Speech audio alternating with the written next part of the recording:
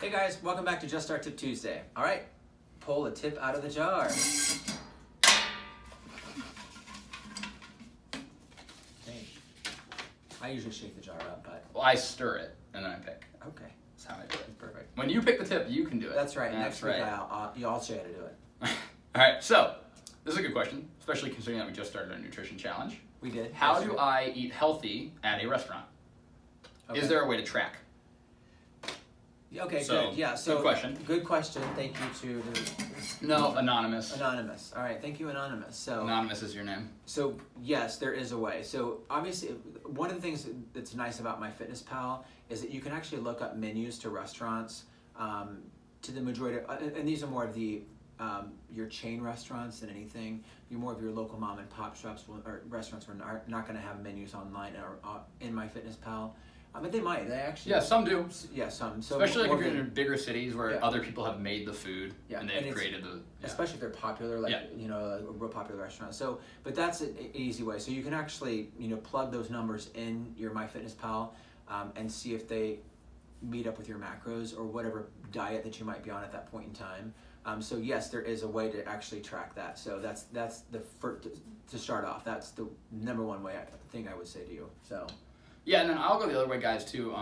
As far as like eating healthy at a restaurant, there are actually a couple things I want you to focus on. Number one, think about how it's prepared. So read the menu Oh, yeah. carefully and Yeah. see like what is the cooking agent or cooking vessel, right? But to cut in with that, what can you do? So asking him a question. Let's say that you see the cooking agent and you're like, wait, I can't have butter or I can't have this. So Yeah, or you're like, I don't want vegetable oil that's hydrogenated Yeah. really bad for me. Like, ask them, say this, please cook that in olive oil or avocado oil, or although most restaurants aren't going to have that, but they are almost certainly going to have olive oil. Sure. So say to them, can you please prepare that food in the olive oil? And they will say, sure. Like restaurants are incredibly adaptable to what you need because they actually have to be Yeah. by law. So if you say, I need this to be cooked this way, they can do it for you. Yeah.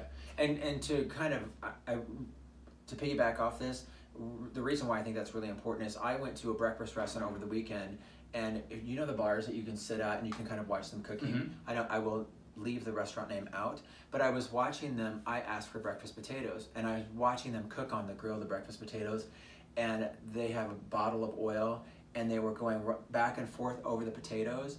And I'm like watching, and he's like not stopping, and I was like, "Oh my gosh, are my potatoes going?" Wow. Yeah, it was crazy. And I said, "Is that butter or is that oil?" And she said, "We cook with vegetable oil." And I was like, "Can you not cook with vegetable oil?" I was like, "I do not want. Number one, don't want that on there." Yeah. I said, "Let's just switch." And I got fruit instead because the grill was just lathered with oil. But Yeah, anyway, it's incredible, right? Like, and actually, I know we're going a little bit down a rabbit No, hole here, but yeah. you can do this at like every single breakfast restaurant. Ask them for your toast dry and your omelet dry. absolutely. They will do it. They don't even question you. They're That's like, exactly what that's how I do it. There's a place in town that I love, and they have amazing omelets. And I'll say to them like, hey, can you just prepare that dry? And they're like, yeah, sure. And they make it dry for you. Like, Yeah. And you've just saved yourself like who knows how many tablespoons of butter Yeah. by doing that. So that's what that means too. But it's when you ask for it dry. Yeah. So no butter on butter that. on it. So. Good. Which is nothing wrong with a little bit of fat, but the way that you typically cook in restaurants is they just throw like a huge pat in there, and then you're just adding extra calories. Or they'll roll it over a big roller, and you have no idea. Oh yeah, how the much, bread. Yeah. Yeah, it's crazy. The other one, guys, would be I would actually encourage you to look beyond the type of food and look at the ingredients in the dish. So a lot of people think like, oh, I'm going out, I know I'll make a good choice, I'll get a salad. Yeah. Seems like a safe choice, bunch of vegetables, some protein, maybe a little bit of salad dressing on there, like some croutons, like a little bit of cheese, right? Like that's like what you would expect on a salad. But you'll read the salad and it'll be like, tossed in ranch, added with crumbled blue cheese, dried cranberries, candied pecans, and I'm like, sugar, extra fat, more sugar, and it's like, Yeah. I can now, and then topped with fried chicken, and it's like, no, this is no longer like a healthy decision. Read Right. what's in the actual dish you're ordering, not necessarily thinking like all salads are healthy, all burgers are bad for you, Yeah. and like lumping these generalities together. And on the fried chicken side, there's things you can do with that. You can ask for it to be grilled instead rather than be fried, and you can ask for all those toppings to come off like in a cup or just not put them on there at all. So, but if they toss it in, sometimes if it comes out of like a big container and that's how they're preparing, you might just have to pick a different salad. Yeah. So. And then I always ask for the dressing on the side. Always, Because yeah. when they toss it, depending on who's prepping it, you never know if they're putting in 3 ladles of dressing or if they're putting in the 1.5 ounces of dressing. Yeah. So it's always better just to get it on the side and then you do it yourself. Plus, if it's like, if you don't even like it, then like you don't have to have it all over your salad. So. Yeah, and speaking of dressing, one of the things that, like, if you're trying to cut back on the dressing, it's good to just dip your fork in the dressing and then go after the salad, and you'll be, I guess, satisfied with just having a little bit on your fork. So I did that for a long time. Yeah.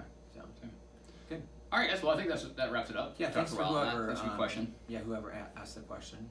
It's totally doable. So, all right, guys. Well, that completes our Just Our Tip Tuesday, and guys, we have 4 or 5 questions in there. So He'll shake them up for you next week and pick one. yeah. So add the questions in, and we'll see you next week.